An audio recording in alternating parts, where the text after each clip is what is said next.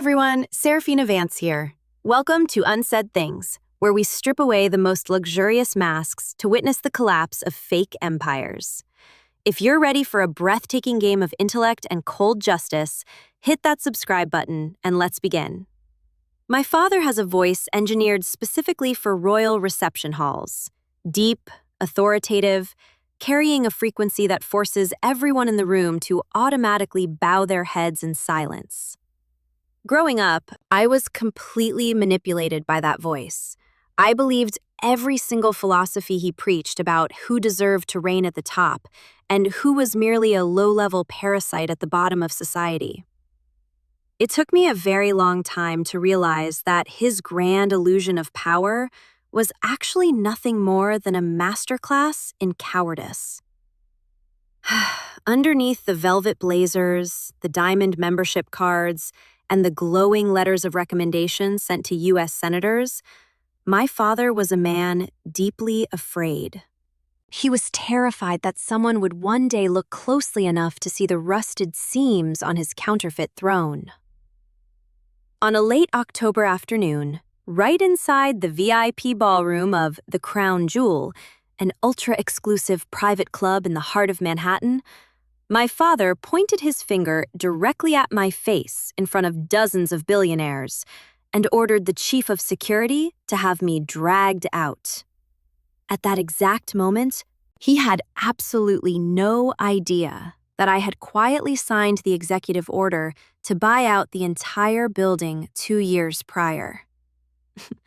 But let me take you back to the very first chapter. I grew up in the suburbs of Greenwich, Connecticut, a place where the line between true wealth and the desperate, loud performance of it is as thin as a razor's edge. My father, Alistair Vance, was the supreme managing director of a massive, generational legacy trust. He was arrogant, deeply respected in old money country clubs, and entirely certain that the version of success he had manufactured was the only version worth having. My mother, Vivian, spent 24 hours a day sculpting a picture-perfect family image on social media. She curated everything, donating to the exact right charities, sitting in the absolute front row of high-end orchestral galas, and rubbing shoulders with the wives of governors. She wasn't a cool woman by design. She was just a pitiful soul who had sacrificed her entire existence to a religion called status. My older brother, Julian, was their most successful prototype. Handsome, flawlessly superficial, he graduated with a master's in finance from Wharton and stepped into a Swiss investment bank with a wealth manager position that my father treated like a cabinet appointment. Julian wore his success loudly. He drove limited edition supercars, collected million-dollar Patek Philippe timepieces, and never missed a single second to remind the world of his brilliant trajectory. Lately, Julian had been endlessly bragging about leading a major $200 million venture capital acquisition, a move my father proudly declared would officially launch the Vance family into the elite circle of the East Coast power players. And then there was me. I had been quiet since childhood, not out of shyness, but because I observed this world through the lens of a critic. While Julian was busy performing, I sat in the shadows and took notes. I graduated at the top of my class from MIT with a degree in computer science and artificial intelligence on a full scholarship. My father received the news with mild confusion, and my mother with the specific anxiety of someone unsure whether to be proud or embarrassed. Technology, my father said the night I got my acceptance letter, his voice laced with discreet condescension. That's a technical field, Seraphina. It's a field for glorified laborers. It's not exactly the kind of key that opens the doors to real power. He meant the doors he cared about. The political doors, the closed-door summits, the places that required a submissive smile and a soft, non-threatening answer when someone asked what you did for a living. I went to MIT anyway. Those years were not a montage of triumph. I was one of the very few women of color in the algorithm labs. The coursework was brutally unforgiving, and I had to work 30 hours a week at the data help desk just to cover basic living expenses my scholarship couldn't reach. I didn't even go home for Thanksgiving my sophomore year because I couldn't afford the train fare and was far too proud to ask them for a single dime.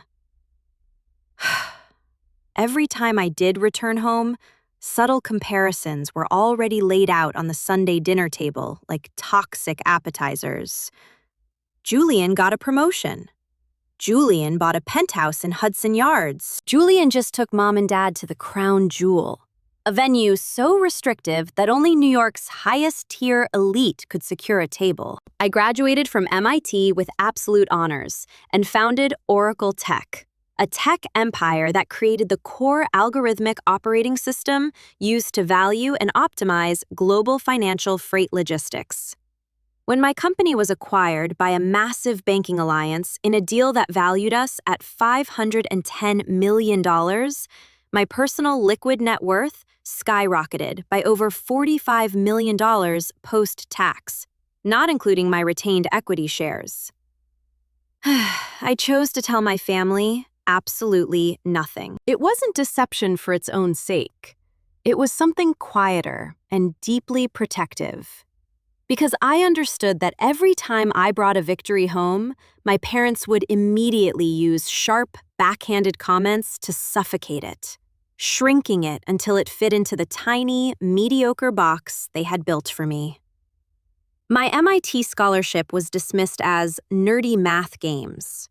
My massive company valuation was questioned as pure luck. Sharing success with them was like handing them a flawless diamond, only to have them return it as a piece of gravel. So I chose silence. Instead of buying gold-plated supercars or flashy jewelry, I used an anonymous private equity firm to execute a major predatory acquisition. I bought a 61% controlling stake in the Crown Jewel when it stood on the brink of restructuring. And more importantly, I secretly began buying up the bad debt and controlling shares of the very same legacy trust my father was running. My parents kept frequenting the Crown Jewel to sign their backroom deals. My mother kept taking photos there for high society magazines. They never once knew who sat in the chairman's seat. I moved my main office into the club's private administrative wing, quietly pulling the strings of New York high society from behind a velvet curtain. There was a profound, cold satisfaction in becoming the very reason for existence of a place where others had to beg on their knees just to enter. And then, the day of reckoning arrived on an autumn evening. Julian organized a lavish dinner for my parents' 40th wedding anniversary at the VIP ballroom of the Crown Jewel. The cost of buyout out the space, alongside vintage heritage wines like Chateau Petrus 1,989, was estimated at no less than $65,000. He sent the invitation to the family group chat as a blatant display of status. I simply responded with a single, emotionless reaction. That night, I walked into the grand room wearing a simple, unbranded olive green silk dress. No loud designer logos, no giant diamonds, just raw, understated elegance. I looked completely out of place amidst the dark walnut walls, glittering crystal chandeliers, and the thick aroma of extreme wealth. For the first 40 minutes, the dinner played out like a heavily rehearsed theater production. My father toasted to the family disowned. Julian bragged endlessly about his $200 million acquisition, raising his voice so the nearby attendants could hear his importance. His wife couldn't stop showing off a diamond ring she had just bought in Paris. I ate quietly and listened. Then, the managing director of the entire club entered the dining room. It was Marcus King, the kingmaker of New York luxury services, a man whom even top-tier politicians treated with absolute deference. Seeing Marcus, My father raised his hand with the easy familiarity of a longtime elite member. Marcus smiled and changed course toward our table. "Mr. Vance," Marcus said politely, "a pleasure to see you on such a special occasion." "Thank you, Marcus," my father said, and immediately his voice dropped into its familiar, patronizing, authoritative register. "While you're here, I need to raise a serious concern regarding the club's security standards tonight." Marcus tilted his head precisely. "Of course, sir. Please go ahead." My father pointed his finger directly at me, his eyes filled with immense disappointment and disgust. "My daughter, Seraphina. I have no idea how she managed to park her cheap Uber vehicle right in the premier VIP slot reserved exclusively for the chairman at the front entrance. Furthermore, I don't understand how someone who isn't a member, who contributes absolutely nothing to this club, is allowed to sit inside this secure ballroom. Marcus, I suggest you have your security team escort her out before she ruins the elite atmosphere for the rest of our distinguished guests." The entire table fell into a dead, suffocating silence. My mother opened her mouth to stop him, but quickly bit her tongue, refusing to ruin her husband's public facade. Julian simply leaned back, a smug, venomous smirk plastered across his face. Marcus King looked at my father, then turned his gaze slowly toward me. I watched the exact millisecond Marcus's face hardened, shifting from polite hospitality to absolute, cold, professional severity. He took one step back, bowed precisely 45 degrees in front of my chair, and spoke in a clear, resonant voice that echoed across the entire room. "My deepest apologies for this unacceptable oversight, Madam Chairman Vance. The corporate legal team has finalized all the audit documentation for your executive trip to Zurich next week. We were not informed that you would be personally inspecting the restaurant operations tonight." The sound of Julian's crystal wine glass shattering violently against his porcelain plate ripped through the silence. My mother completely froze, her hand hovering over her glass, unable to finish the movement. My father stood up so fast, his chair nearly flipped, his face cycling through 5 different shades of pale, before settling into a hollow, ghostly gray.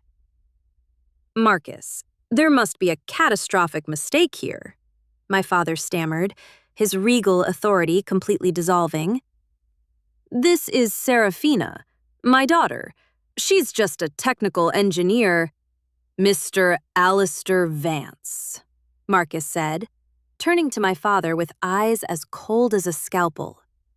"As the chief executive officer of the Crown Jewel Network, I never mistake the woman who owns 61% of this property and whose signature appears on every single paycheck in this building." Marcus paused briefly, tapping his tablet screen. The next words out of his mouth carried the destructive weight of a nuclear warhead. "Furthermore, I am instructed to deliver an official notice from the board of directors. As of 4 o'clock this afternoon, Oracle Tech, wholly owned by Chairman Seraphina Vance, has finalized the acquisition of a 55% controlling interest in the Vance Legacy Trust, which you currently manage." Marcus looked directly into the wide, petrified eyes of my father and Julian. "In other words, Chairman Seraphina is now the legal owner of your family's entire trust. An executive order revoking Mr. Alistair's position as managing director and terminating Mr. Julian's authority over that $200 million portfolio has been signed and enacted.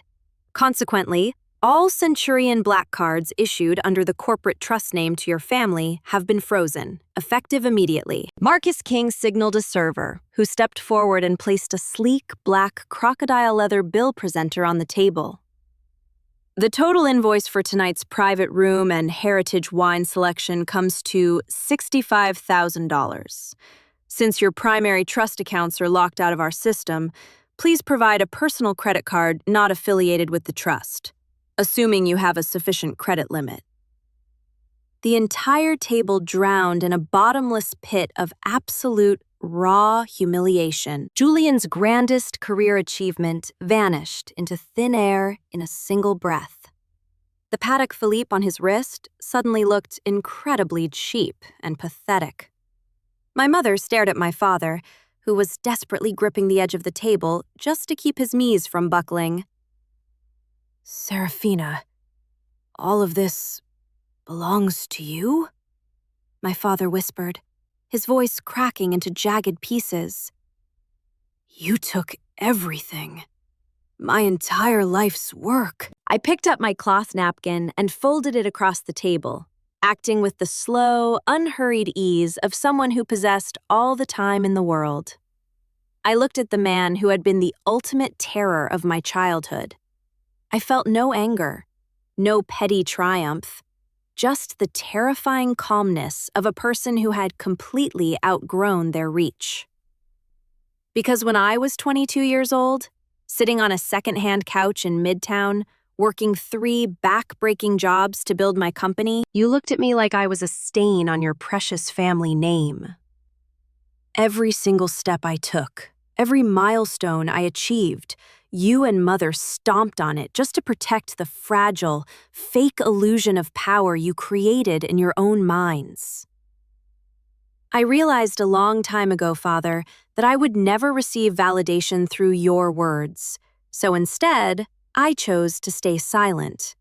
I built an empire so massive, so untouchable, that your petty judgments and hum-hin attitudes could never damage me again. From this moment on, I am the one who dictates the fate of this family. I slowly stood up, smoothing the minor wrinkles from my silk dress before looking back at Marcus King. Charge tonight's $65,000 bill to my personal corporate entertainment account. Don't make things difficult for Mr. Alistair. After all, he did provide us with an exceptionally passionate performance tonight. Understood, Madam Chairman. I walked toward the glass elevator. The steady, rhythmic click of my heels against the marble floor sounded like a victory march. Behind me, the most luxurious VIP room in Manhattan remained buried under a mountain of silence. A silence heavy with ruin, disgrace, and the bitter regret of people who thought they were kings, only to realize they were just pawns on my chessboard. The ultimate form of revenge is never about screaming loudly to prove your worth. It is about quietly, methodically becoming the owner of the entire game. In the weeks that followed, I had private conversations with my mother and Julian. My mother admitted she had been trapped in social anxiety for so long that she viewed her own children as nothing more than status accessories. Julian confessed he was exhausted from playing the loud, successful prototype just to win a nod of approval from our father. I didn't hand out immediate forgiveness, but I offered them a chance at a real relationship. No theater, no luxury masks, just raw truth. As for my father, he officially retired into absolute obscurity. The doors opening for him now are no longer the grand reception halls of power, but the quiet, isolated rooms of a small suburban house, where he must finally learn to look into a mirror without the armor of a tycoon. If you are also building your empire quietly in the dark, enduring the doubt, the condescension, or the disrespect from the very people who are supposed to support you, keep going. Maintain the silence of the powerful. One day, when you finally step into the light, this world will have no choice but to get on its knees and listen to your story. I hope this story gave you meaningful moments to reflect on. Don't forget to like, subscribe, and share this video to support the channel. Stay tuned for more powerful comeback stories on Unsaid Things. See you next time!